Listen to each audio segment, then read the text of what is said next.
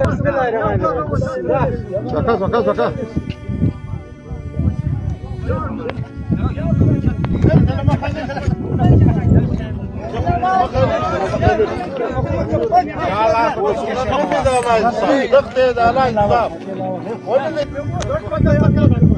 ورج کې به ما د ګلا خان د دې شپې غلا کړي د دکان ما د الله په دغه وسه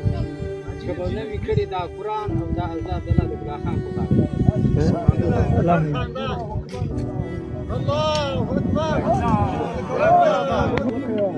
اکبر ما دا دکان ما کړی له خبرې ما د الله ته دا ورنه بس را خو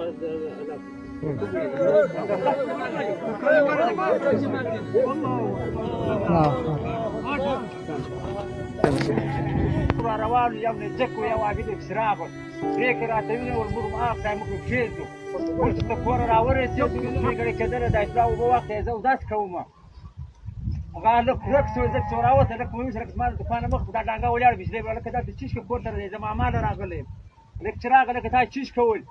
ماما غړي کله غره لاغل وغره ما اړولې بیا ستا دوکان ګوره وراغیل ول ملایته ملا غږ نه کاوي یو شکیل و یو عابد یو ګلا خان وای مشینه ورسره وای عابد نه وای شکیل وکیل شکیل هو هغه شهید عابد نه وای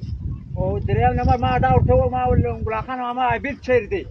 ول عابد نسل نه جک سر کړه ما نه جک عابد ول جوړ راستار سرخاني دراغه ورې تللی دي بیا ما ورته ورسره ټول خبر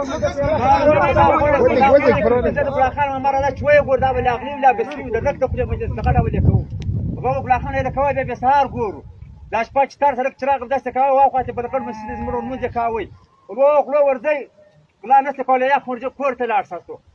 دا و چاته موټرسایکل په لار روان سور روان وي سپر موټرسایکل سور بډو دا به سر دا اطلاع کور ورغلی وي والمال عبيد افترق ما تاني جك تشيل على شتات مرة راتر سواسو الله هو مجلس كرتو ما عبيد ما عبيد تاني جك تشيل براي لاراسو راتر سواسو وزرا ما عبيد نجك د دکان ته مخ شته کور ته لاړم دا زازه په خبرې نور د پیوښ نه خبرې نه ادانه د بلاخا دکان ما مات کړی دی د اعتماد د غیش په کومه ما کومه په دغه ور وسېدي راځه الله اکبر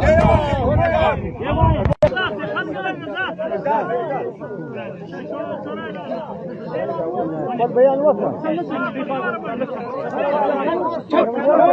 دا ور شو کول ما سره ګلا خان دکان یې په خبر وم یا زب مولوي سره یا ما سره مات کړی وي الله دې ما ته دا ور نه د غیش په دا کم چې دا ور آرام